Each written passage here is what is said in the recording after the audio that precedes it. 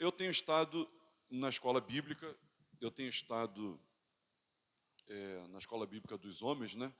Onde o diácono Bruno e o José Pedro dão aula. E em algumas das aulas, eu vendo o Bruno, o José Pedro, alguns dos irmãos dando aula, eu disse assim, meu Deus, eu estou sendo muito abençoado aqui com essa aula. E sempre que eu sou muito abençoado, eu quero sempre que você também seja abençoado e você receba e beba o que eu também tenho bebido. Amém, irmãos? E quando eu disse, olha, primeiro, eu não daria uma aula tão boa assim. E eu falei para o Zé Pedro, você tem que dar uma aula dessa para a igreja. E ele se negou. Quase tive que suborná-lo para isso. E está aqui debaixo de uma pressão do Espírito, mas de bom grado, de coração. Eu disse, compartilha com a gente isso. Quais motivos? Primeiro, para que eu fui muito edificado, eu quero que você também seja edificado. Tudo que eu prego aqui é o que eu recebi do Senhor e eu entrego para os irmãos, que nem Paulo disse, 1 Coríntios capítulo 11, o que eu recebi, eu entreguei. E o que eu tenho recebido lá na sala de aula, eu quero que os irmãos recebam também. Para os irmãos terem alguma noção de uma porção de coisa. Por exemplo, para você ter noção do que é você ter, assim, 5 filhos e insistir veementemente que eles participem da escolinha infantil. Porque Zé Pedro ele fez parte da escolinha infantil. Amém, irmãos? E isso vai produzindo, vai estruturando, vai formando o discipulado e tornando a pessoa ter uma mente cristã. E ela vai sendo capacitada pelo Espírito Santo. Isso para você ver também o quanto é válido, né, você fazer parte de uma escola bíblica dominical. Aqui é um monólogo. Lá a gente tira dúvidas, né, faz perguntas, discute assuntos e é de gratificação. E uma igreja forte. Lembra do Instituto Barna que eu falei para os irmãos? Eu acompanho esse instituto há muitos anos. E uma das pesquisas que me encantou, eu li isso há mais de 20 anos atrás, ele diz o seguinte, ele fez uma pesquisa de todas as igrejas do planeta. E as igrejas, não igreja rica ou grande no tamanho, ou rica no poder aquisitivo, não. Igrejas fortes. São igrejas geracionais, ou seja, gerações permanecem ali. São igrejas férteis e são igrejas que produzem discípulos e são igrejas que influenciam o seu contexto geográfico ou geopolítico. Então, ele diz, essas igrejas, todas elas fizeram uma pesquisa, ela tem uma escola bíblica dominical de criança e de adulto forte. E aquilo guardei no coração. Então, para você ver o quanto a nossa escola bíblica faz falta para você, o quanto é bom você investir nas crianças, o quanto é bom você ser acompanhado, né, de forma programada por outros colegas seus no estudo da palavra de Deus. Eu tenho convidado muitos irmãos aqui para virem estudar a palavra de Deus. Eu não quero ter trabalhador que não faça parte da escola bíblica dominical. Então, que você se delicie nisso. Zé Pedro vai trazer essa aula para a gente. Vamos orar por ele, para Deus abençoar ele. Estenda as mãos para cá. Senhor Deus, abençoa Zé Pedro, esse nosso professor da escola bíblica, estará dando para nós aqui uma aula, que é uma proclamação, Senhor, da mensagem, do Evangelho também, que o Senhor dê a ele completa paz, e assim como ele, Senhor, na maior naturalidade, na unção do Teu Espírito Santo, ele ministrou lá, que ele ministre aqui também, é a nossa oração no nome de Jesus, e a igreja diga amém.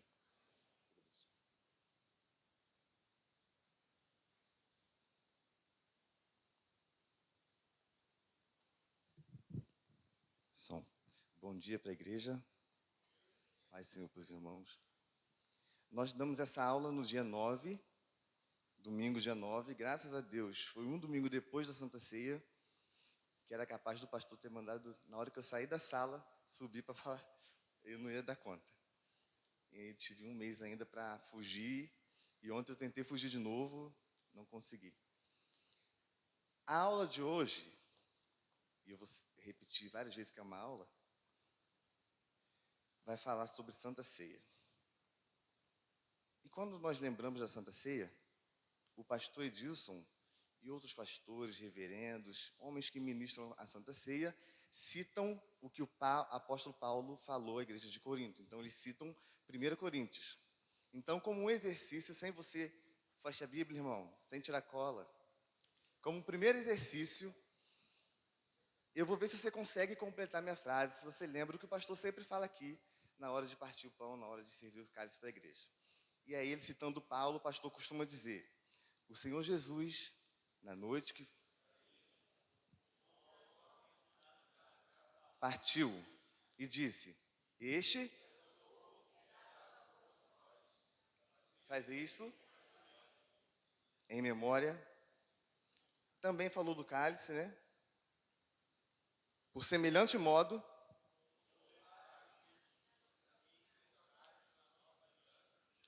fazer isso. Ih, pastor, falhou aí, hein? A parte do cálice deu um branco na igreja. Alguns erraram aí, até esqueceram uma parte muito importante. Antes de você, quem aqui é aluno da classe de Coríntios, levanta a mão. Quem não está estudando Coríntios com a igreja esse ano, levanta a mão. Então, para você entender o problema que estava acontecendo, para você assimilar a repreensão do apóstolo Paulo, para você compreender do que ele vai tratar nesse trecho, nós vamos fazer um panorama aqui e vou passar rapidinho por essa parte, porque você que não é aluno de Coríntios precisa saber dessas informações, você que é aluno de Coríntios precisa se lembrar, e aí nós vamos tratar do assunto que o Paulo quer falar aqui. Nós vamos falar de Coríntios. Primeiro nós vamos falar como era a cidade de Corinto, as casas, depois vamos falar da igreja e da Santa Ceia. Esses 4 pontos, esses 4 tópicos, nós precisamos entender e assimilar, porque sem entender essa primeira parte, você não vai entender o resto da aula e não vai entender o que estava acontecendo, por que isso era um problema que precisava ser tratado por Paulo. Então, primeiramente, vamos falar aí da cidade. Corinto, como era essa cidade? Era uma cidade grande, era uma cidade importante, uma cidade que tinha um comércio movimentado, servia aí de ponte entre leste e oeste, era uma cidade próspera, era um local estratégico bem posicionado, tinha muitos templos de muitos sacerdotes que serviam aí a muitos deuses, ídolos pagãos, ídolos gregos, ídolos romanos. Era uma cidade que era a sede principal dos Jogos Istmicos, que só perdia em importância e tamanho para os Jogos Olímpicos. Muitos mestres, muitos filósofos nas praças e muitos seguidores desses mestres e filósofos, e tinha disputa aí de diversas expressões artísticas, essa cidade de Corinto. E um spoiler, é essa cidade que vai receber a igreja de Cristo, é essa cidade que vai receber a mensagem do Evangelho, e é nesse contexto, nessa estrutura geográfica, econômica, social, que vai ali haver uma igreja cristã. Os coríntios, os cidadãos, os moradores, os habitantes dessa cidade, como que eles eram? Como era o tipo de habitante? Como eram as pessoas de lá?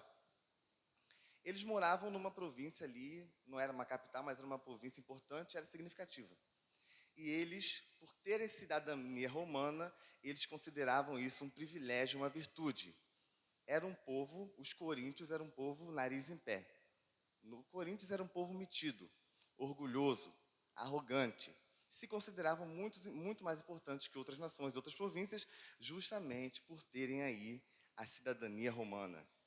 Prostituição, devassidão, é uma cidade que tinha divisão social, tinha acepção de pessoas, cultuava personalidades e eram muito preocupados aí com seus mestres e filósofos nas praças e nos tribunais, e mais preocupados em vencer a discussão do que a verdade prevaleça, que a verdade seja estabelecida. Os templos eram templos que as sacerdotisas eram prostitutas. Então, quando o marido saía da sua casa e falava: amor, estou indo para o templo, vou cultuar o Senhor, significava que ele estava indo ter relações com prostitutas. Essa era a cidade de Coríntios e essa era a vibe aí dos cidadãos coríntios.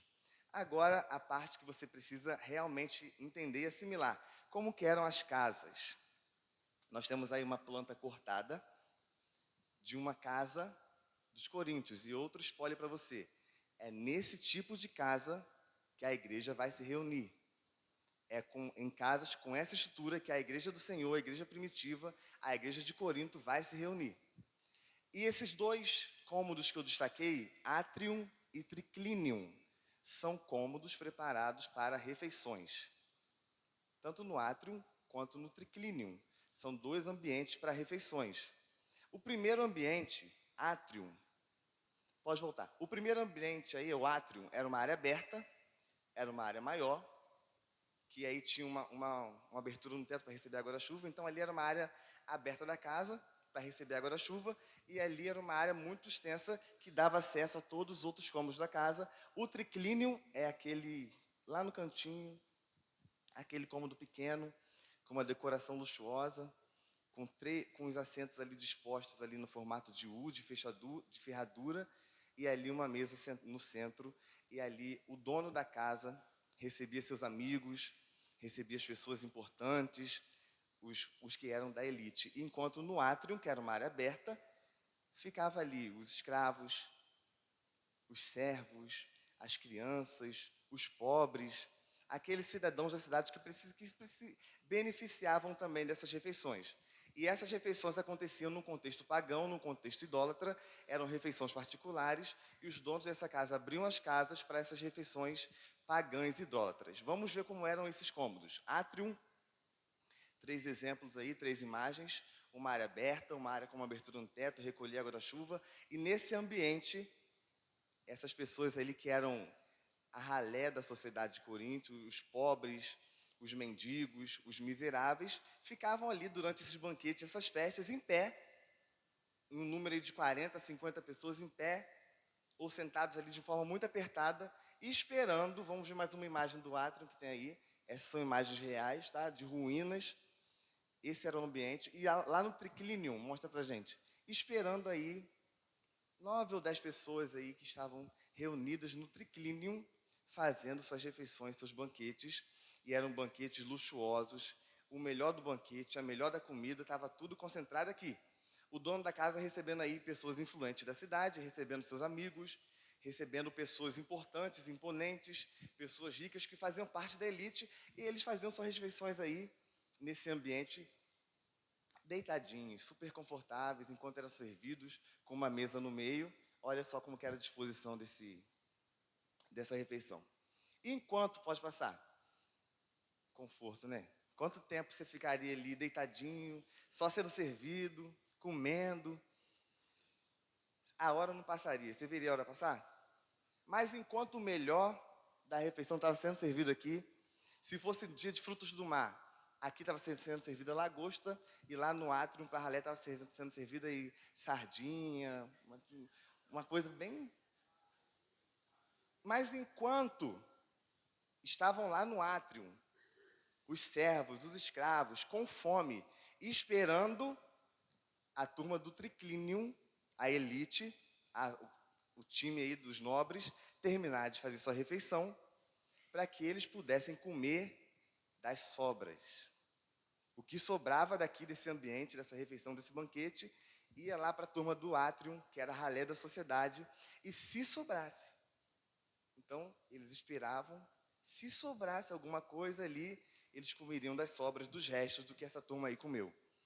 E também, enquanto isso, provavelmente, estava sendo servida ali uma comida de baixa qualidade. Enquanto aqui tinham 9 a 12 pessoas, 10 pessoas na média, lá tinham entre 40 e 50 pessoas.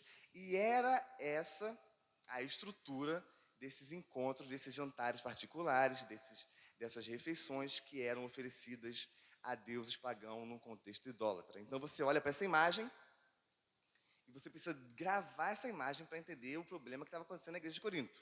Ali no círculo, triclinium, aquela turma deitadinha sendo servida, desfrutando do banquete.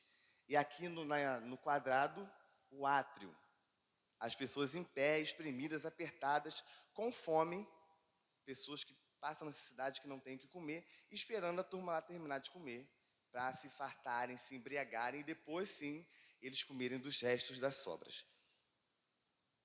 Vou passar aqui, que Delhão até correu.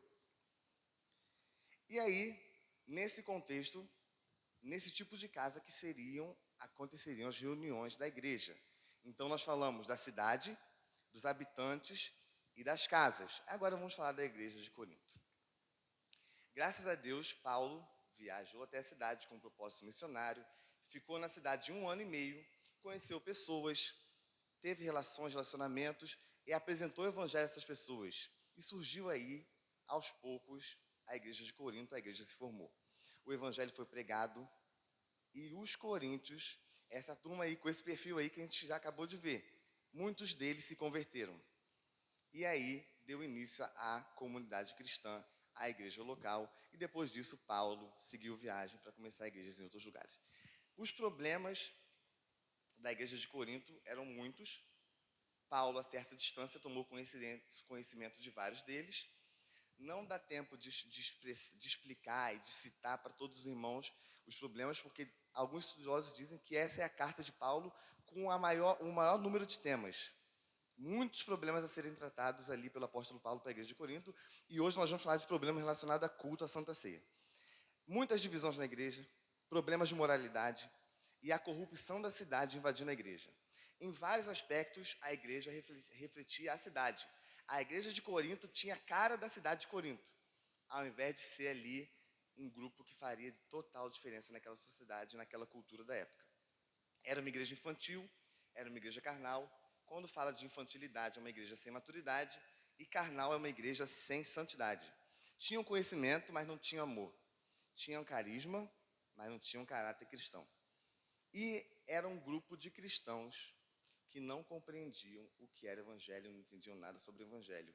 Era uma igreja totalmente equivocada e totalmente o contrário do que deveria ser. Todo mundo entendeu até agora as informações que eu passei? A cidade, os habitantes, o estilo das casas, como aconteciam as refeições, e aí a igreja de Corinto que foi estabelecida lá. De todos os temas, no próximo slide, de todos os temas que nós vimos presentes na igreja de Corinto, divisões, relacionamentos, imoralidade, vulgaridade, orgias, banalizações, idolatria, questão do orgulho, o tema sobre a Santa Ceia está na questão das ordens das práticas eclesiásticas, como deve ser o culto cristão. Então ele está na parte de 1 Coríntios, que fala de como deve ser o culto cristão. E agora eu pergunto para o irmão, como a igreja de Corinto conseguiu arrumar problema com Santa Ceia? Você consegue imaginar? Na hora de se reunir para tomar Santa Ceia, como assim? De tantos problemas que a igreja tinha, de tantos problemas que a igreja apresentava, de tantas questões absurdas que a igreja manifestava, eles conseguiram arrumar problema, inclusive com a Santa Ceia. Como que era isso? Vamos falar da Santa Ceia. A Santa Ceia na igreja primitiva, na igreja apostólica, esse é o quarto e último ponto, antes de a gente entrar na aula, era o encontro semanal. Todos os domingos, o dia do Senhor, o primeiro dia da semana, era uma reunião dominical. E aí acontecia a famosa festa do amor, festa da fraternidade, a festa ágape. E o que era essa festa ágape? Que a igreja, que já estava estabelecida em outras regiões, em Jerusalém, como vai citar em outros textos da Bíblia, em Éfeso não, Jerusalém e outras igrejas, era uma tradição da igreja primitiva. A igreja tinha essa tradição, a festa do amor, é a festa ágape. Eles se reuniam para cultuar a Deus e cada um trazia suas refeições. Os anfitriões, eles preparavam grandes banquetes. Os membros mais ricos traziam o melhor dos alimentos das suas casas. E eles se sentavam ao redor da mesa e distribuíam os alimentos. E eles dividiam entre si. Qual era o propósito da festa do amor? Era os mais ricos comerem, se fartarem, se alimentarem? O propósito da festa do amor era os mais necessitados, as famílias carentes, os miseráveis, os mendigos, aqueles que não tinham o que comer durante a semana, tivessem a oportunidade de participar de um banquete mais caprichado, de uma refeição com mais substância, mais substancial. Então, essa reunião que acontecia uma vez na semana, a festa do amor, era apenas um pretexto para que os membros mais pobres da igreja tivessem a oportunidade de, pelo menos uma vez na semana, ter uma comida decente para comer, ter algo com que se alimentar. E essa tradição remete aí a uma lei antiga que o povo judeu conhecia bem, se vocês lembram lá em Levítico, tinha a regra das colheitas, né? Não podia colher da beirada do campo, não podia pegar do que cai ao chão, porque essa parte da colheita, essa parte da plantação pertencia aos estrangeiros, aos órfãos, às viúvas, aos pobres, e eles catavam das sobras e juntavam para ter o que comer. Então, aqueles que não tinham ninguém por eles mesmos, lá no Antigo Testamento, juntavam das sobras dos campos, das plantações para ter o que comer. Provavelmente, lembrando dessa lei que Deus deixou, inspirados pelo Espírito Santo, aí os primeiros apóstolos, a primeira igreja, estabeleceu a festa do amor, a festa ágape. Um pretexto para que, quando se reunissem em culto, os mais pobres, os mais necessitados, os mais carentes tivessem oportunidade de comer e se alimentar bem.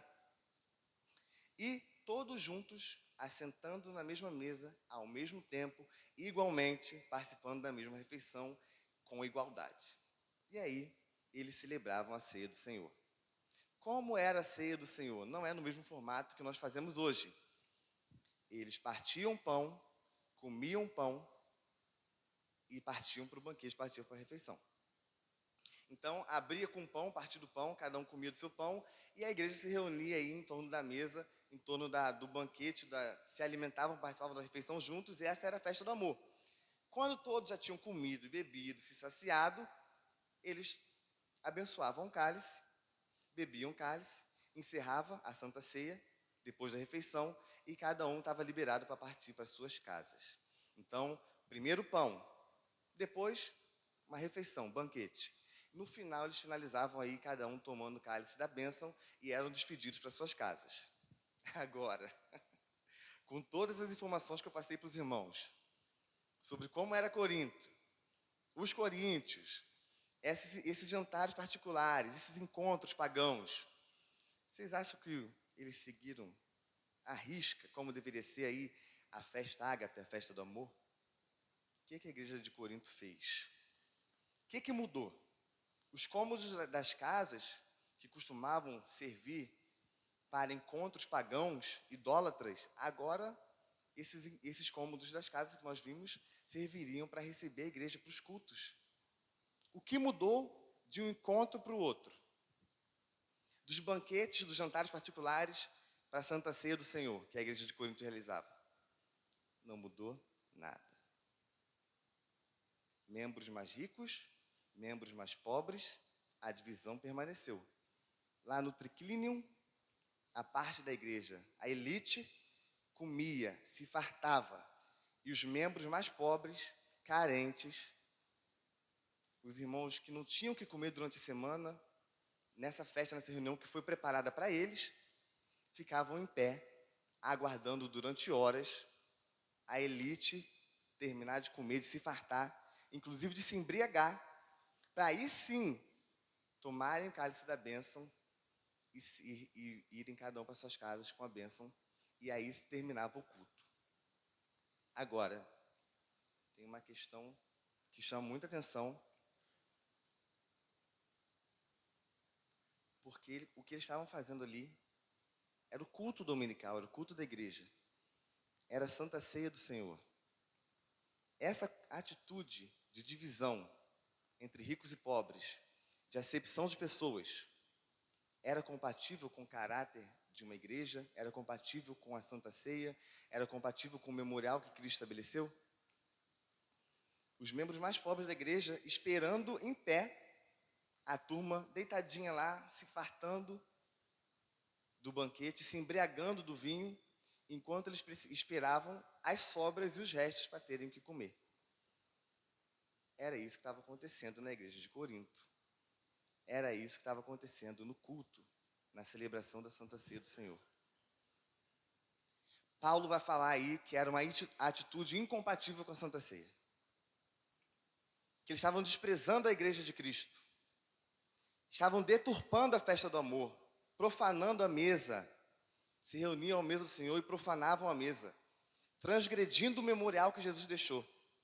Eles estavam afrontando o sacrifício do próprio Jesus. Era uma afronta ao que Jesus fez na cruz. Eram atitudes odiosas de acepção dentro da igreja, divisão, preconceito, falta de amor. Era isso que estava acontecendo na igreja de Corinto. Estava sendo vulgarizado, estava sendo banalizado o que deveria ser o culto cristão, o que deveria ser a festa do amor, o encontro da Santa Ceia. Qual foi a resposta de Paulo a isso? O que Paulo falou à igreja? Como Paulo se posicionou quando tomou conhecimento de que estava acontecendo isso aí durante a Santa Ceia? A resposta de Paulo é o que nós vamos ler agora. Vamos ficar de pé.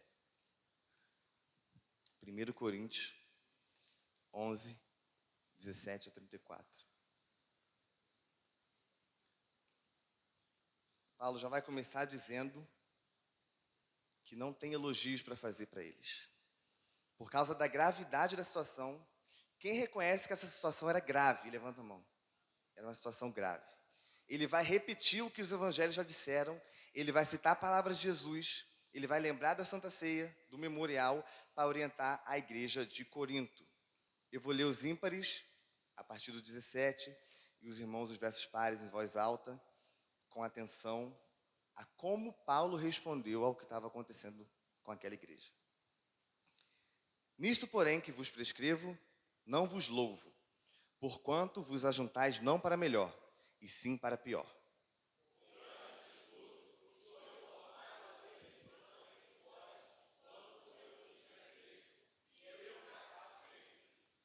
Porque até mesmo importa que haja partidos entre vocês, para que também os aprovados se tornem conhecidos em vosso meio.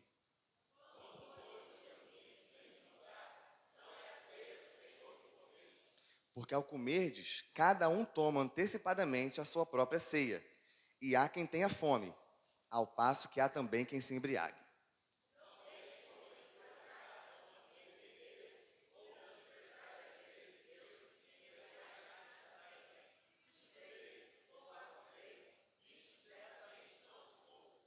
Porque eu recebi do Senhor o que também vos entreguei, que o Senhor Jesus, na noite que foi traído, tomou o pão.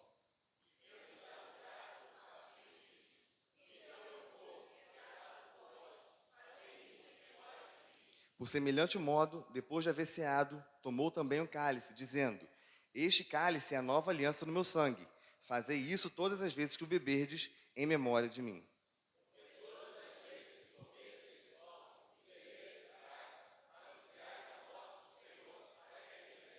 Por isso, aquele que comer o pão ou beber do cálice do Senhor, indignamente será réu do corpo e do sangue do Senhor.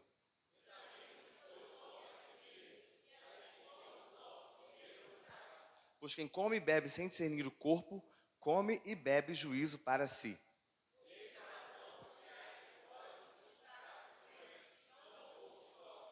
Porque se nós julgássemos a nós mesmos, não seríamos julgados.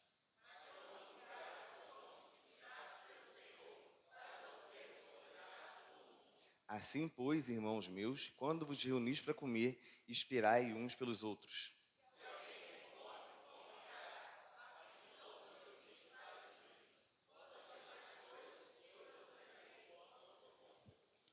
Senhor, que a gente aprenda, através do Teu Espírito Santo, o que o Senhor quer nos ensinar através da Sua palavra nessa manhã. Em nome de Jesus, amém. Pode sentar. No livro, o tema dessa aula é culto e unidade.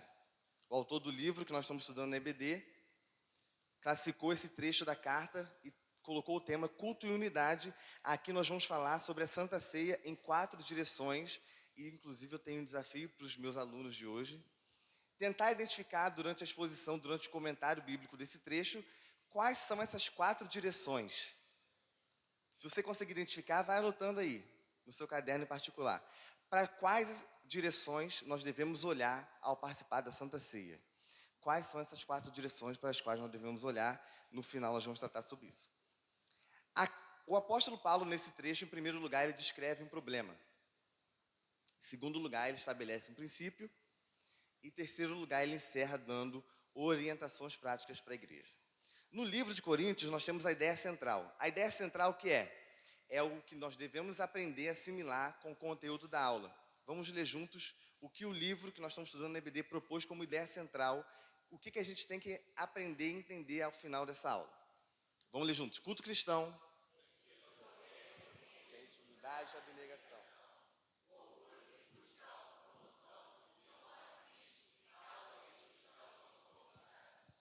O que ele está dizendo aqui? A maneira que você participa do culto e a maneira que você vem para a Santa Ceia pode estar desonrando a Cristo e, inclusive, causando destruição na sua comunidade, na sua igreja. Paulo falou diretamente sobre isso à igreja de Corinto e essas lições nós também podemos aplicar à igreja de hoje. Humildade, essas palavras que eu destaquei, humildade e abnegação, nós entendemos bastante o sentido de humildade. Mas de abnegação eu vou pedir ajuda do dicionário para a gente ver se nós estamos aí realmente praticando isso com nossas próprias vidas. Desprendimento, Isso você mesmo considera a sua própria vida. Altruísmo, dedicação extrema, superação das nossas tendências egoístas em benefício de uma pessoa, de uma causa ou de um princípio. Renúncia da própria vontade. Sacrifício voluntário dos próprios desejos. Isso é abnegação. Então, quando nós lemos na ideia central que o culto cristão precisa ocorrer em ambientes de humildade e abnegação, você precisa perguntar a si mesmo: o meu culto, o culto que eu ofereço, a maneira que eu venho para a igreja, a maneira que eu me apresento para participar da Santa Ceia, da mesa do Senhor, meu coração está cheio de humildade e está cheio de abnegação? É o que Paulo, o autor do livro, está provocando e perguntando para a gente, para a igreja, que está estudando esse trecho da carta. Na noite da Santa Ceia, Jesus também falou outra coisa a respeito de comunidade, em João 14:2. Estavam falando da Santa Ceia, a partir do 1. Não se turbe o vosso coração, credes em Deus, crede também em mim. Na casa do meu Pai há muitas moradas. Se assim não fora, eu vos teria dito, pois vou preparar-vos lugar. Jesus fala ali no momento da última ceia de muitas moradas, muitos lugares para muitas pessoas. A noção de comunidade está presente no momento da última ceia, quando Jesus fala com seus discípulos. E quando eu falei que a igreja de Corinto abandonou os jantares, as refeições pagãs, os encontros particulares e começou a participar do culto ao Senhor, da Santa Ceia do Senhor, os irmãos perceberam que de uma coisa para o outra só mudou de nome. Nada mudou. Era o mesmo encontro com outro nome. O que era lido era outra coisa, o que era cantado eram outras músicas, mas praticamente tinha a mesma cara, o mesmo perfil, a mesma estrutura e a mesma organização. Esses banquetes aconteciam com a mesma divisão de classes, a mesma divisão social, a mesma acepção de pessoas, a mesma distinção entre ricos e pobres. Então, o que acontecia nas casas antes de a igreja estabelecer e o que acontecia depois da igreja se estabelecer era praticamente a mesma coisa, só mudou de nome. Mas o culto cristão, ele é diferente. O culto cristão, ele requer uma forma, o formato do culto que nós oferecemos, do culto que nós apresentamos ao Senhor como corpo, como igreja, ele requer um novo formato, um novo conteúdo. E o culto cristão precisa expressar o Evangelho. Como que o culto cristão, como que essa nossa reunião dominical expressa o Evangelho de Cristo? Os alunos estão em silêncio. O culto expressa o Evangelho de Cristo pela maneira que nós tratamos uns aos outros, pela maneira que nós consideramos o outro, servimos o outro, pelo amor que se manifesta entre nós, e esse amor reflete o amor a Deus. Ele fala, não pode dizer que ama a Deus sem amar o seu irmão. Então, para expressar o Evangelho, o culto tem que ter amor. Amor ao próximo. E é através da comunhão. É através da maneira que nós nos tratamos. E Paulo fala para a igreja de Corinto, o que vocês estão fazendo não é ceia. Isso daí não é Santa Ceia do Senhor. Você pode vir para a igreja, comer o pão, beber o cálice e no final ir embora sem ter participado da Santa Ceia. Deus não está preocupado aí com o ritual, com a cerimônia, com o memorial. Deus está preocupado em como está seu coração. Então, hoje em dia também tem irmãos que vão para a igreja, comem do pão, bebem do cálice, voltam para suas casas sem ter participado da Santa Ceia. Como Paulo falou para a igreja de Corinto, o que vocês estão fazendo aí não é Santa Ceia do Senhor. Vocês estão vindo, estão voltando, sem participar da Santa Ceia. Vocês só acham que estão participando. E aí, ao tratar das divisões da cerca do culto, Paulo nos ensina e nos orienta sobre como deve ser o culto cristão. Era um problema, não apenas pela maneira que se relacionava com a Santa Ceia. O grande problema era a maneira que se relacionavam uns com os outros. E foi disso que nós tratamos. Nós entendemos e acreditamos que Jesus está presente no momento da ceia. Agora você olha para a igreja de Corinto, com Jesus presente, com o Senhor presente naquela reunião, e diz para mim se aquilo ali era um ambiente espiritual para que a Santa Ceia fosse realizada. Não era ambiente espiritual para a Santa Ceia ser realizada. Com Cristo presente ali, então eles estavam desonrando a presença do próprio Cristo. E eles estavam deturpando aí o significado da festa do amor, transgredindo o que era a Santa Ceia do Senhor. E aí, essas instruções que fazem parte desse trecho que nós lemos, e é sobre elas que nós vamos comentar agora, como nós fizemos na EBD, tanto a classe de homens quanto de mulheres. Nós vamos aí, versículo por versículo, enquanto você acompanha na sua Bíblia, nós vamos entender o que Paulo está dizendo aí para os irmãos. Primeiro ele começa falando, não tenho elogio para vocês. Quando Paulo tinha que elogiar a igreja de Corinto, ele elogiava. Quando ele tinha algo que parabenizar, que elogiar, ele fazia o elogio. Nós acabamos aí no versículo 2 do capítulo 11, Paulo elogia a igreja. De fato vos louvo, porque estão lembrando de mim e estão guardando as tradições. No versículo 2, na questão que ele tratou anteriormente do véu, das vestimentas no culto, ele elogia a igreja. Mas agora, quando ele vai falar da Santa Ceia, versículo 17, olha, a respeito desse assunto eu não tenho elogio nenhum para vocês. Eu não tenho como te elogiar. Não tem elogio para fazer. Transformar a Santa Ceia do Senhor num jantar particular, tradicional, num encontro similar ao encontro pagão anterior, é uma violação direta, é uma profanação da mesa de Cristo. Palavras do autor do livro. Vocês estão transformando uma refeição que demonstra o sacrifício de Jesus, é uma refeição que demonstra o que Jesus fez pela igreja, em um evento que visa a autoglorificação e que divide a igreja, divide os irmãos.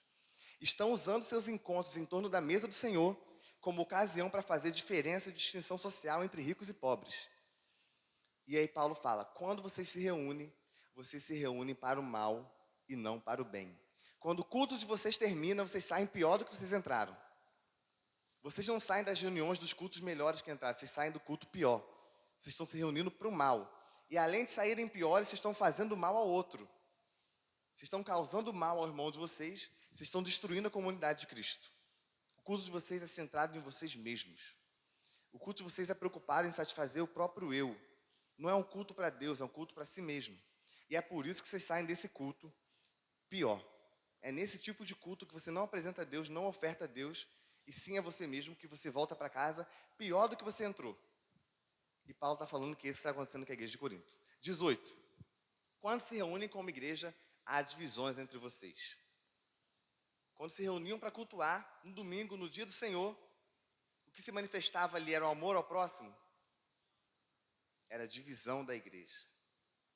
Um encontro semanal que manifestava a desunião do corpo de Cristo, a divisão da igreja, em vez de manifestar o amor ao próximo, que é provocado aí pelo sacrifício de Jesus na cruz. Discriminações sociais durante refeições comunitárias. Divisão social, divisão de classes durante a Santa Ceia. Isso é inacreditável, é inadmissível a palavra de Paulo quando ele fala. Eu até acredito que isso esteja acontecendo. É inadmissível, é inacreditável. Lembra dos cômodos da casa, o átrio e o triclinium.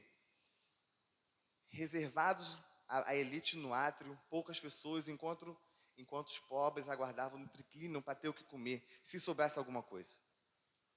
A remoção das divisões, o autor do livro coloca, está no centro da questão da igualdade na comunidade de Cristo. Para haver igualdade na comunidade de Cristo, na igreja, não pode haver nenhum tipo de divisão. Todos deveriam se sentar à mesa igualmente, comer do mesmo banquete, ao mesmo tempo, serem servidos, e aí haveria igualdade. Mas esse tipo de divisão não reflete a igreja. Essa valorização das pessoas pelo status social, pela conta bancária, pela posição na sociedade, isso não refletia o caráter de uma igreja. Todos são iguais diante de Deus. 19 a 21. Talvez seja necessário haver divisões entre vocês. Quando Paulo fala que talvez seja necessário haver divisões, ele não está ali falando, na verdade, ele não está incentivando divisão. Ele não está incentivando diferença, mas ele está dizendo, é bom mesmo que tenha divisões, porque é aí que a gente vai ver entre vocês quem é o verdadeiro cristão, quem é o verdadeiro convertido. É bom mesmo que tenha esse tipo de problema, de divisão, que é nesse momento que vai ser manifestado o caráter dos verdadeiros cristãos, dos verdadeiros aprovados. E aí a igreja vai ver. E nós sabemos que tinha sim naquela igreja pessoas que não concordavam com essa prática, tanto que essa prática chegou ao conhecimento de Paulo. Alguns irmãos da igreja falaram para Paulo que isso estava acontecendo lá. Eles discordavam. Embora as divisões sejam erradas, elas vão evidenciar quem é verdadeiramente fiel. Deus permite essa controvérsia na igreja de Corinto. E aí a qualidade genuína dos cristãos verdadeiros foi comprovada ali. E quando ele fala de aprovado, está falando dos cristãos que foram testados e aprovados, que passaram aí por uma situação complicada, complexa, uma circunstância desfavorável e pela conduta, pela maneira que lidaram com a situação, foram aprovados, como agiram no meio da controvérsia. Então ali eu citei ali o perigo do ritualismo. Deus não está preocupado com ritual. Deus não está preocupado com cerimônia. Deus não está preocupado em você comer ou beber do pão e do cálice. Ele quer saber como está seu coração. Você não marca presença na Santa Ceia. Você não vai ser afastado de um ministério. Você não vai estar em pecado se não participar da Santa Ceia. Você não vem para a Santa Ceia bater ponto. Você vem para a Santa Ceia com o coração totalmente inclinado e próximo. Então, se você está vindo para a Santa Ceia apenas por causa do ritual, você vai voltar para casa e Deus vai te falar que você não participou da ceia. Então, o que Deus está preocupado aqui é como está seu coração. Se eu participo da ceia sem refletir seu significado, desprezando o outro, desconsiderando o irmão, centrado em mim mesmo, no final Deus vai dizer que eu não participei da Santa Ceia. Versículos aí. E agora, uma pausa para um comentário do livro. Paulo se preocupa, Paulo demonstra muita preocupação, porque esse tipo de divisão, primeiro, ele destrói o significado da ceia, e em segundo lugar, ele destrói a união da comunidade de Cristo. Então, o que estava acontecendo naquela igreja? O significado da Santa Ceia estava corrompida, e a união da comunidade estava totalmente comprometida. O objetivo dessa reunião, desse encontro, desse culto, quando nos reunimos à mesa da Santa Ceia, é mostrar que nós somos um só.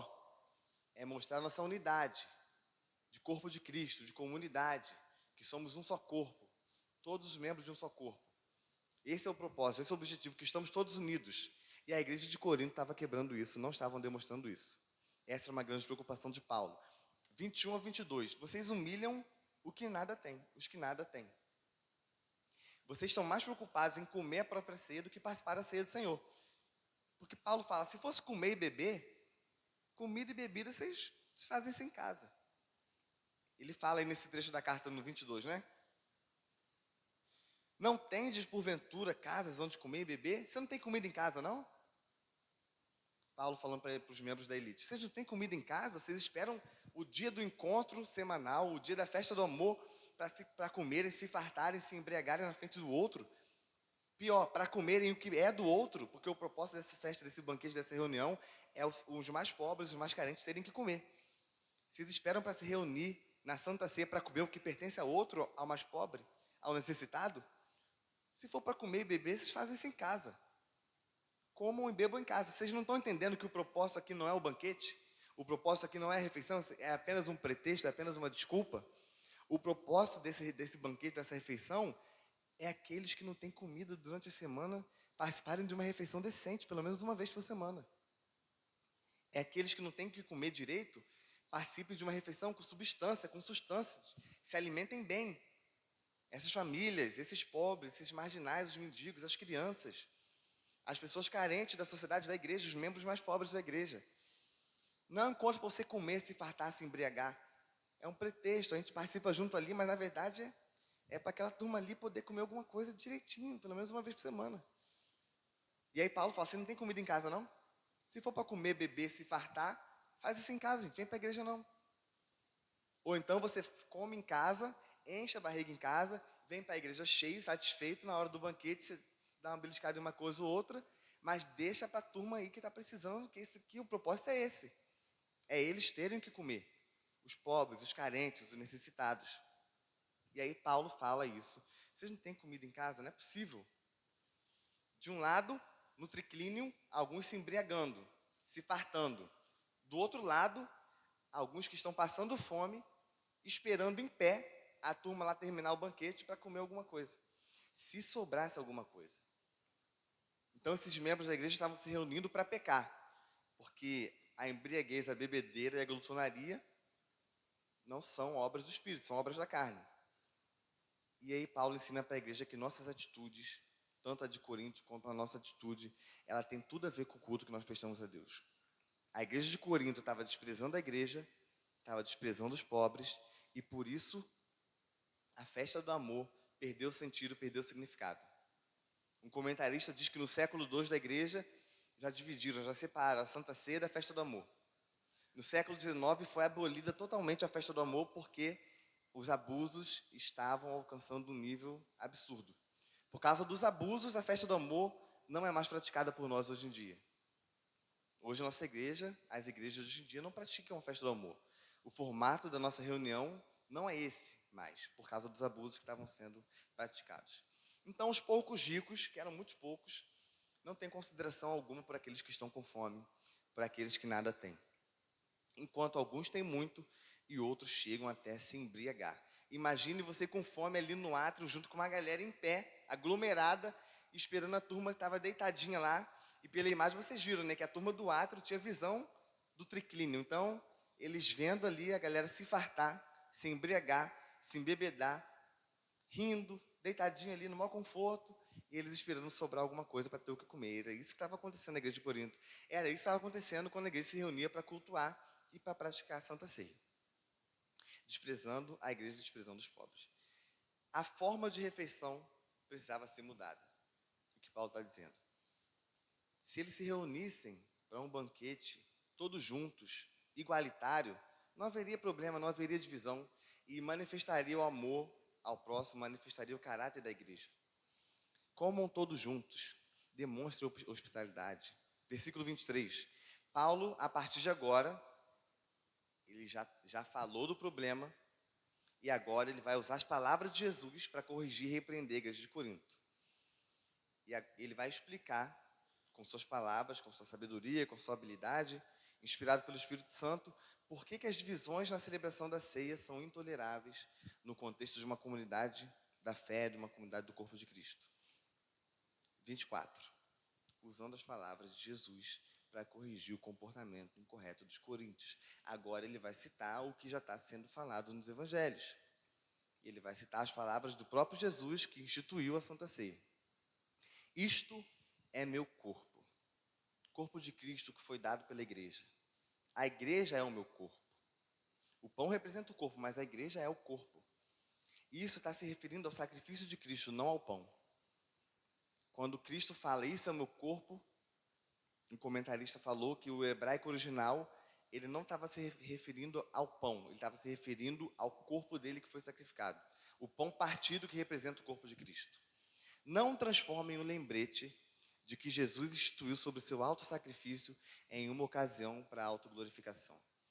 Isso é um lembrete do que Cristo fez, do sacrifício de Jesus. Não transformem o momento da Santa Ceia numa ocasião para você se gloriar, se glorificar em cima do outro, de se mostrar melhor, mais importante, mais nobre. Não transformem a Santa Ceia nesse tipo de coisa. Façam isto em memória de mim. Seguindo a tradição de dar graça antes de comer, façam isso em memória de Jesus, do que Jesus fez. Lembrem-se do sacrifício. Partam o pão, lembrem do corpo de Cristo. Participem do banquete, manifestem amor ao próximo. Comam todos juntos dessa refeição. Sejam igreja, corpo de Cristo. Demonstrem a unidade de vocês. Demonstrem que vocês são uma comunidade de amor. No final, participam do cálice. Sejam abençoados e voltem para suas casas. A recordação do significado da morte de Jesus é um componente importante, significante da celebração da Santa Ceia.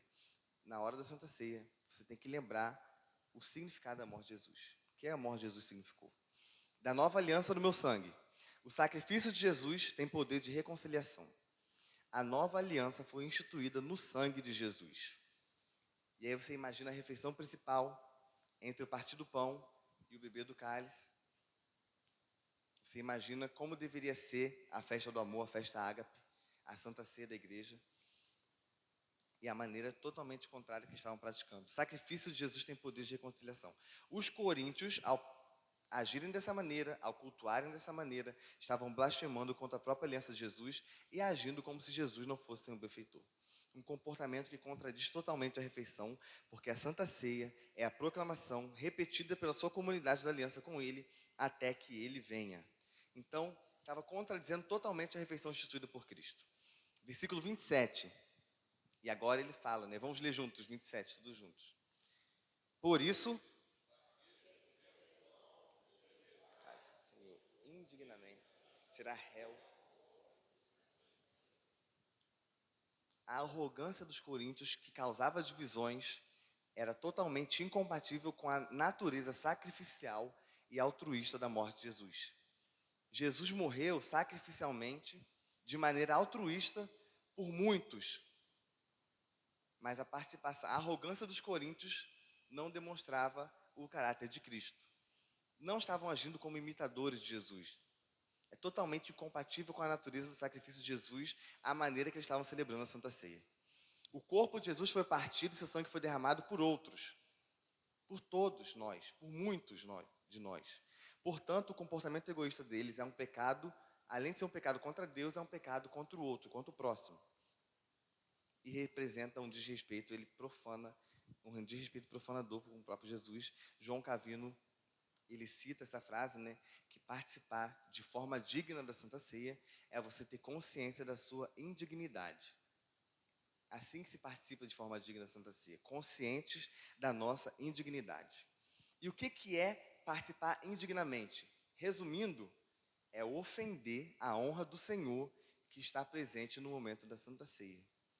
Deus estava presente ali na igreja de Corinto, quando eles celebravam a Santa Ceia, e aquelas atitudes estavam ofendendo a honra dele. E muitas igrejas hoje em dia, muitos cristãos hoje em dia, ao participarem da Santa Ceia, estão ofendendo o próprio Jesus, o próprio Deus que está presente ali naquele momento, participando indignamente da mesa. Todo aquele que comer, aqueles que profanam a mesa do Senhor, se comportando dessa maneira, são culpados de desonrar a aliança com Cristo. Vocês são culpados, vocês têm culpa de desonrar a aliança com Cristo. Ao agirem dessa maneira, ao participarem da ceia dessa maneira. Vocês estão tratando levianamente a morte sacrificial de Jesus. Vocês estão sendo levianos com o que Jesus fez, pela igreja, pelo corpo de Cristo. Vocês estão desconsiderando o sangue de Cristo e atraindo sobre vocês mesmos o julgamento. Porque todo aquele que comer indignamente, vai ser réu. Então vocês estão atraindo julgamento sobre vocês mesmos. É um erro grave com consequências trágicas. E aí, a respeito do sangue de Cristo, só existem dois lados para você estar. Ou você é beneficiário do sangue de Cristo, ou você é réu do sangue de Cristo. E nesse sentido, nesse contexto, a palavra réu, ela já significa culpado, ou acusado de ter culpa. Então, ou você é um beneficiário, ou você está debaixo dos benefícios do sangue de Jesus, ou você está do outro lado, do lado daqueles que levaram Jesus para a cruz. Ou beneficiário, ou assassino. Você tem culpa no sangue, tem culpa no corpo. Ou então você está debaixo aí dos benefícios do que o sangue traz. Você, como igreja, é um beneficiário do sangue de Cristo? Ou você é um réu do sangue de Cristo? Paulo está falando que se você participa indignamente da Santa Ceia, você é réu, você é culpado. Não dá para participar da Santa Ceia sem entender do que se trata. Não dá para participar da Santa Ceia sem refletir, sem se preparar. Não pode participar da Santa Ceia sem abandonar o pecado, sem confessar o pecado. E quando nós fazemos isso, nós nos tornamos réus, culpados. Nós estamos do mesmo lado aí de Pilatos, Anás, Caifás, dos fariseus. Nós estamos no grupo deles, fazemos parte daquele lado. E não dos redimidos, dos que estão debaixo do sangue e do sacrifício de Jesus. Esse é um alerta grave que Paulo está fazendo à igreja. Você se torna réu do sangue de Cristo. 28. E aí, ele fala numa lição que nós devemos praticar até hoje, mas ele está falando desses que se consideravam aprovados, melhores, mais importantes. Em vez de vocês se considerarem aprovados, examinem e façam um exame de si mesmos. Todos devem examinar a si mesmo. E esse exame de si mesmo tem a ver com o modo que a gente deve ir à Santa Ceia, o modo que a gente chega para o culto, o modo que a gente vem à casa de Deus para participar da mesa. Se a igreja de Corinto tivesse ido com humildade, nós falamos de humildade no começo, humildade e abnegação. Se a igreja de Corinto estivesse participando da Santa Ceia com humildade, todos se reuniriam para uma refeição em comum, sem distinções, sem divisões. Mas não foram com humildade, foram cheios de arrogância, cheios de orgulho, cheios de prepotência. E isso causou divisão na igreja. O exame de si mesmo é o teste que revela se o comportamento e o estilo de vida reflete e imita Cristo. na hora da Santa Ceia, na hora do seu autoexame, não é apenas você se lembrar dos pecados da semana ou do mês. Você reflete se o seu comportamento está refletindo e imitando Cristo. É hora de você parar para pensar se com sua vida, seu comportamento, seu estilo de vida, sua conduta, no seu dia a dia, você está ou não sendo um imitador de Cristo. E é esse exame que Paulo propõe para a igreja de Corinto. Vocês examinem a si mesmos. Vocês estão imitando a Cristo? Vocês estão imitando o caráter de Cristo? As atitudes de vocês refletem e imitam Cristo? Esse é o autoexame que Paulo propõe. Esse é o teste que revela o nosso comportamento, revela o nosso caráter, revela o nosso estilo de vida. Esse é o autoexame, não apenas aí uma lista de pecados para você pedir perdão a Deus. É um exame, é um teste de si mesmo, se você é um imitador de Cristo ou não. Se você se preocupa em ser um imitador de Cristo, se você se preocupa com sua vida refletir o caráter de Cristo. Aquele que participa da ceia deve examinar a si mesmo para ver se compreendeu corretamente a natureza altruísta e expiatória da morte de Jesus por outros e como essa natureza deve ser imitada com sua própria vida. Muitos de nós viemos para a ceia com o coração cheio de alegria e gratidão, dizendo na nossa mente: Cristo morreu por mim e por isso eu vou participar da Santa Ceia. E o que Paulo está dizendo aí é que é um equívoco você vir com essa mentalidade: Cristo morreu por mim e eu vou participar da Santa Ceia. O que Paulo está dizendo, o que a Bíblia está dizendo é plural, não é singular. Cristo morreu por nós. Por isso eu participo da Santa Ceia junto com o meu irmão. Eu considero quem está do meu lado. Eu olho para o outro. Eu me preocupo com o outro. Então, a própria narrativa bíblica, o próprio Isaías fala que o que Jesus fez foi por causa de muitos. Ele fala no plural, não fala no singular. Levou sobre si nossas dores, nossas transgressões. Tudo no plural. O entendimento da Santa Ceia, o entendimento da vida cristã, não é no singular, é no plural. Você está certo em vir para a Santa Ceia, participar do culto, dizendo: Cristo morreu por mim. Tudo bem. Mas nesse contexto da Santa Ceia, não é por mim, é Cristo morreu por nós. Então a gente tem que virar a chave e mudar a mentalidade. Eu estou indo participar de um culto, estou indo participar da Santa Ceia, não porque Cristo fez por mim, porque Ele fez por nós. Ele fez por mim e também fez pelo meu irmão. É essa mentalidade que a gente vem para a mesa, para participar da mesa, para participar da Santa Ceia. Não no singular, e sim no plural. Nossa mente, nós estamos acostumados a pensar no individual. Nosso caráter é egoísta. Mas nós, na hora da Santa Ceia, nós quando nos reunimos como igreja, a gente não pensa em mim. Sacrifício não foi por mim, sacrifício foi por nós. Salvação não foi para mim, foi por nós. O que Jesus fez não é para mim, é para nós. Foi para mim e pelo meu irmão. E é essa mentalidade de uma comunidade de Cristo. É uma mentalidade plural, de unidade, de uns aos outros. E é assim que um culto cristão reflete o Evangelho. Então, você examina a si mesmo para ver se você entendeu corretamente a natureza altruísta e expiatória da morte de Jesus. E essa natureza é imitada com a nossa própria vida. Deve ser imitada, 28, sem discernir o corpo. Aquele que participa sem discernir o corpo, assim como do pão e beba do cálice, pois aquele que come e bebe sem discernir o corpo, come e bebe juízo para si.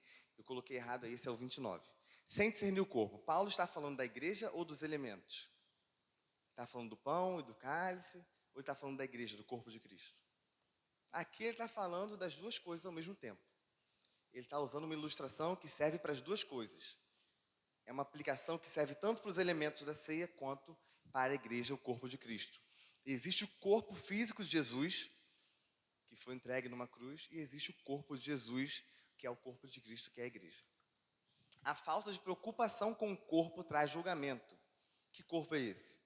Quem não se preocupa com a igreja, que é o corpo de Cristo, demonstra essa falta de preocupação pela maneira de partir o pão e beber o cálice, que representam o corpo de Cristo. Tanto um quanto o outro vai ser julgado, serão julgados, é o que Paulo está falando aqui. Ao se reunirem, cristãos devem agir de modo semelhante a Cristo. E Cristo agiu de maneira aí totalmente altruísta. Volta, por favor, ao slide aí, que tem uma imagem, uma figura, versículo 28. Quando nós falamos de humildade e altruísmo, nós lembramos dessa cena aí, Jesus lavando os pés dos discípulos. Em qual momento da vida e do ministério de Jesus ele lavou os pés dos discípulos. Foi em qual momento, em qual oportunidade que isso aconteceu? Foi na mesma noite que a Santa Ceia. Na mesma noite, no mesmo momento que ele ia participar da última ceia com os discípulos, foi nessa noite, nesse encontro, que ele lavou os pés de todos eles. O que isso, essa ilustração da Bíblia ensina pra gente? O próprio Jesus, ao ir participar da Santa Ceia, ao se reunir com os discípulos para cear, ele demonstrou humildade, ele foi cheio de humildade.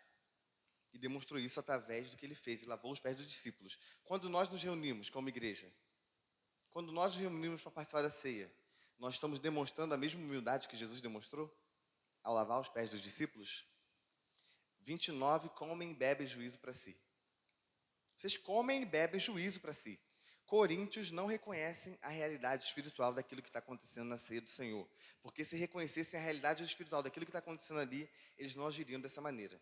Eles não estariam desonrando a Cristo dessa maneira.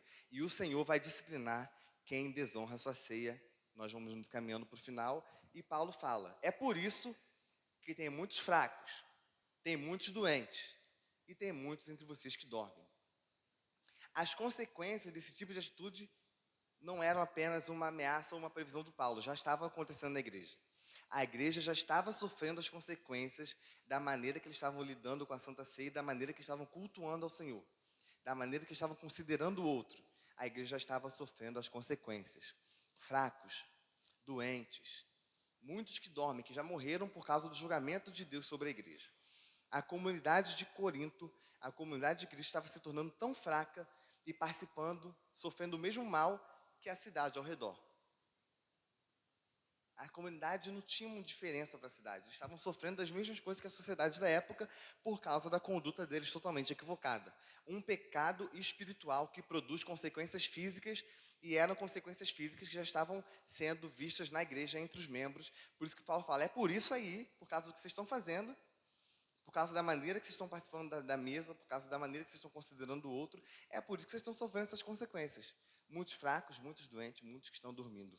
A disciplina do Senhor, o juízo de Deus, muitas vezes tem consequências na vida real.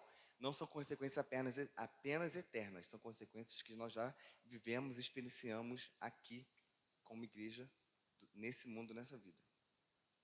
E por causa dos pecados não tratados é que a igreja estava sofrendo isso. Versículos 31 e 32. Vamos ler todos juntos. Porque se julgássemos a nós mesmos, não seríamos julgados. Mas quando julgados, somos disciplinados pelo Senhor para não sermos condenados com o mundo. Esse julgamento, essa disciplina, é para o bem. É para que haja tempo de correção, de mudança de rota, para que haja mudança de atitude e comportamento e que vocês não sejam condenados no final de tudo junto com o mundo, junto com aqueles que não são da igreja. Deus não vai punir o que Paulo está dizendo especificamente para a igreja de Corinto. Se vocês abandonassem essa prática, Deus ia cessar a disciplina. Deus não vai punir vocês pela vida toda. Se vocês forem sinceros, pedirem perdão e, na medida do possível, tentarem se consertar com aqueles que vocês prejudicaram. Julgue a você mesmo. Examine-se, julgue a você mesmo. Enfrente a si mesmo. Não pegue leve com seus próprios pecados. Seja firme, examine você mesmo com seriedade. Aponte o dedo para você mesmo com a mesma firmeza, com o mesmo ímpeto que você aponta para o outro. É o momento de se examinar, de se julgar, de enfrentar você mesmo. Não pegue leve. É o momento de um autoconfronto. E se você não fizer esse autoconfronto, não se corrigir com Deus, você vai sofrer as consequências disso, você vai ser julgado com o mundo. É isso que Paulo está dizendo para a igreja. E sobre disciplina de Deus, quando o sofrimento alerta um cristão sobre a presença do pecado e leva ao arrependimento, esse sofrimento funciona tanto quanto disciplina como misericórdia. É o sofrimento usado por Deus para disciplinar a igreja e um ato de misericórdia. Juízo e disciplina são para o nosso bem, para que não sejamos condenados com o mundo. Porque a disciplina de Deus era uma oportunidade para a igreja de Corinto, para a nossa igreja também. Porque traz restauração, traz cura e traz vida. Basta que você se arrependa e conserte seus caminhos. E é esse o alerta que Paulo está fazendo para a própria igreja. Examine a si mesmo para que não sejam condenados com o mundo. Aproveitem essa disciplina para se consertarem, porque é uma chance, uma oportunidade que Deus está dando a vocês. 33 e 34 são os versículos que encerram a exposição, dizendo que o propósito da reunião da comunidade é proclamar o evangelho e não saciar os próprios desejos. A ênfase aqui, a ênfase de Paulo nesse encerramento é sobre a comunidade e a sua semelhança a Cristo. Se a comunidade de Cristo tem e demonstra semelhança a Jesus, ao que Jesus fez. Aqueles que comparecem apenas por interesse pessoal, pode ficar em casa. É melhor ficar em casa. É melhor que fiquem em casa. Se você está vindo para a igreja, para a Santa Ceia, para a reunião dos santos, preocupado apenas com seus interesses pessoais, é melhor você ter ficado em casa. É o que Paulo está dizendo. E aqui, não imagine apenas os ricos e os nobres como os vilões desse contexto de Corinto. Hoje em dia nós temos na igreja, quem disse que naquela época não havia? Entre os pobres, necessitados, aqueles que não tinham nada, oportunistas que só estavam participando do culto e da ceia do Senhor para terem que comer, interessados apenas em se alimentarem. Então, até entre os pobres, até entre o grupo lá que estava no átrio, a turma de baixa renda, a turma mais pobre da sociedade, provavelmente até no meio deles havia aqueles que estavam indo para a Santa Ceia, para o culto, por interesse pessoal, preocupado apenas com seus próprios interesses, suas próprias necessidades. Não considere que esse é um alerta, uma repreensão apenas aos ricos. É uma repreensão, alerta de Paulo a todos os membros da igreja. E ele fala no coletivo, ele não cita nomes, ele não repreende benfeitores, não repreende anfitriões da casa. É uma repreensão direcionada a toda a igreja de Corinto. E aí nós nos perguntamos, depois dessa exposição de Paulo, desse comentário, dessa explicação dele, nós estamos desprezando a igreja? Nós estamos fazendo acepção de pessoas, desconsiderando o outro? Como nós estamos tratando nossos irmãos? Nós viemos para o culto pensando apenas em nós mesmos? Ou olhando para o outro, olhando para o próximo, olhando para o lado, considerando o irmão? Nós estamos realmente participando da ceia do Senhor? Ou estamos apenas comendo pão, bebendo cálice e indo para nossas casas? Nós estamos discernindo o corpo de Cristo? Ao participar da ceia, você olha o próximo, você considera o outro? Você conhece a necessidade dos seus irmãos? Você sabe aqui, nesse ajuntamento, quem está precisando de ajuda, quem está passando necessidade, quem está enfermo, quem está passando por lutas? Você discerne o corpo de Cristo? É o que Paulo está perguntando para a gente. Isso serve para que o nosso culto seja para melhor e não para pior. Para que a gente saia daqui melhor do que nós entramos. Para que você saia abençoado pela comunhão dos santos e pela presença de Deus. Os coríntios estavam se reunindo para pior. Eles não saíam abençoados, eles saíam piores do que entraram. E Deus não estava se agradando do culto deles. A Santa Ceia comunica a nossa união com Cristo e de uns com os outros. Esse é o símbolo da Santa Ceia, esse é o memorial. Nós estamos unidos a Cristo, mas não somente a Cristo. Nós estamos unidos uns aos outros como igreja. E o benefício disso é real comunhão espiritual com o Senhor. Nós somos alimentados, somos fortalecidos e somos confirmados na fé. E aí nós saímos desse culto, vamos para nossas casas melhores do que nós chegamos. É um culto para melhor. Não é um culto como a igreja de Corinto fazia, que era um culto para pior. Aquele jeito de cultuar era um culto para pior. E o que Paulo quer que a gente pratique, que a gente vivencie, é um culto para melhor. Sermos fortalecidos, alimentados, confirmados na fé. No começo, eu falei sobre o título, a Santa Ceia em 4 direções. E eu te desafiei a tentar identificar aí, durante a exposição do comentário de Paulo, quais são essas 4 direções para as quais a gente deve olhar quando nos reunimos para participar da Santa Ceia. Alguém identificou 4 direções para se olhar? 1, 2 ou 3? 3? Quase, né? 4 direções para as quais nós devemos olhar. E se você não guardou muita coisa até aqui, guarde essa parte. Essa é uma meditação de um autor que eu trouxe para a classe dos homens. E nós vamos encerrar com ela uma meditação inspirada e baseada nesse trecho, 1 Coríntios 11, 17 a 34. Ele diz que a Santa Ceia é uma proclamação dramatizada da fé cristã. E essa meditação, essa reflexão é desse autor. Fui para a internet tentar pronunciar o nome dele, vamos ver se sai. É Warren Wiersbe, mais ou menos. Saiu, né? E esse autor, ele é muito respeitado, é um teólogo que escreveu uma série de comentários bíblicos muito recomendado. Ele faz essa aplicação para a gente. E ele diz que a Santa Ceia é uma proclamação dramatizada da fé cristã.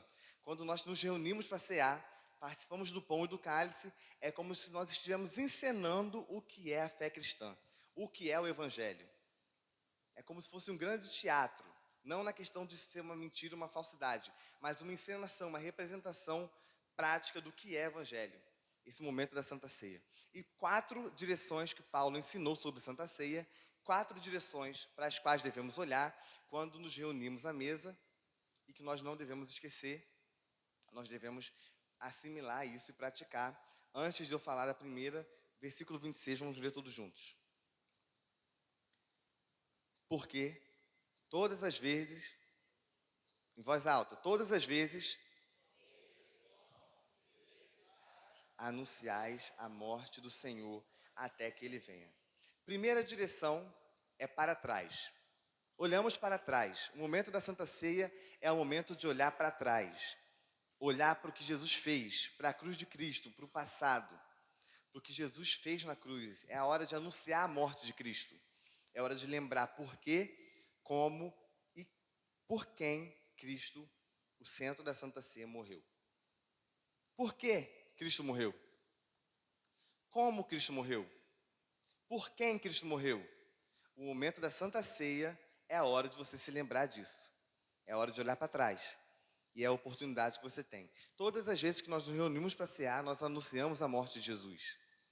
E aqui Jesus não pede para a igreja se lembrar dos seus milagres, dos seus ensinamentos. Nesse momento aqui, Ele está pedindo para a igreja se lembrar da sua morte. Então, primeiro, a primeira direção que nós devemos olhar quando participamos da Santa Ceia é para trás. Nós olhamos para trás.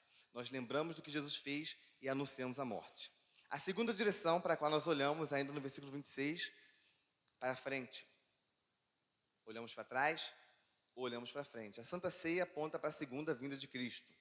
No Evangelho de Mateus, quando Jesus fala da Santa Ceia, Ele fala com os discípulos que a próxima vez que Ele for cear, vai ser com todos nós na eternidade.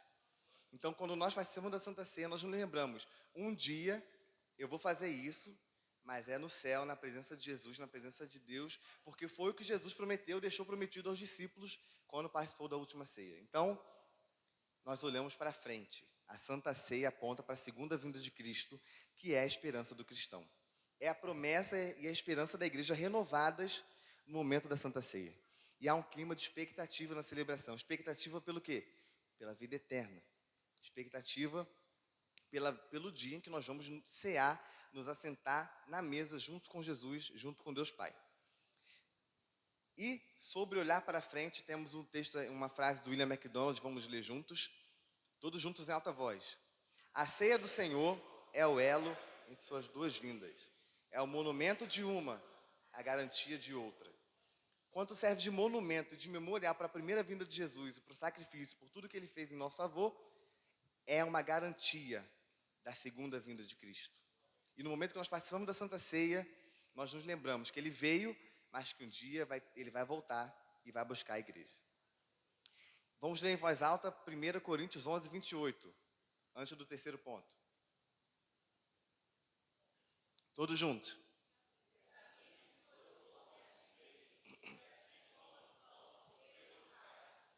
Nós olhamos para trás, olhamos para frente, olhamos para dentro. Terceira direção, devemos olhar para dentro. Examinar e julgar a si mesmo. Examinar e julgar seu coração e a sua vida. É um autoexame. É um julgamento que nós fazemos de nós mesmos. E a ordem,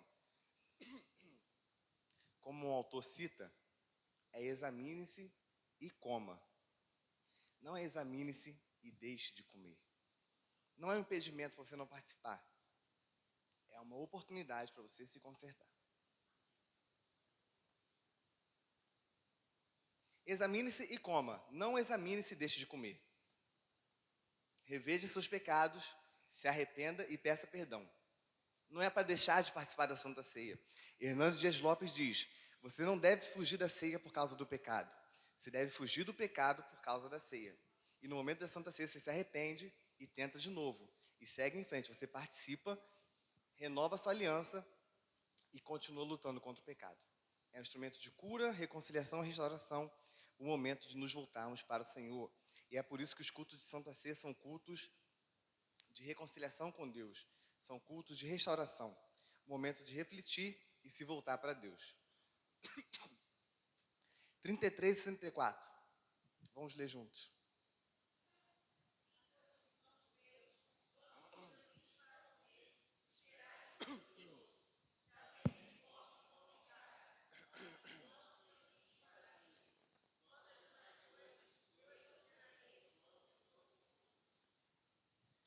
Quando nos reunimos para a Santa Ceia, a voz foi embora. Olhamos para trás, olhamos para frente, olhamos para dentro e olhamos ao redor. Existem irmãos menos favorecidos, existem irmãos que passam fome, existem irmãos enfrentando dificuldades, necessidades, lutas, enfermidades. E aqui Paulo quer aplicar um princípio. Quando você se reunir para a Santa Ceia, olhe ao seu redor, olhe para o outro, veja o seu irmão, considere quem está do seu lado, considere quem está aqui. Pense no outro, se preocupe com o outro. Quando você participa para a Santa Ceia, você deve olhar ao redor, considerar seu irmão, perceber o seu irmão. E aí, 4 direções para as quais nós devemos olhar quando nos reunimos para a Santa Ceia. Para trás, olhamos para frente, olhamos para dentro e olhamos ao redor. E para encerrar, vamos ler junto esse texto aí de Hernandes Dias Lopes. A ceia é um momento de comunhão. Somos um só pão. É isso que Paulo deseja que a igreja entenda sobre a ceia.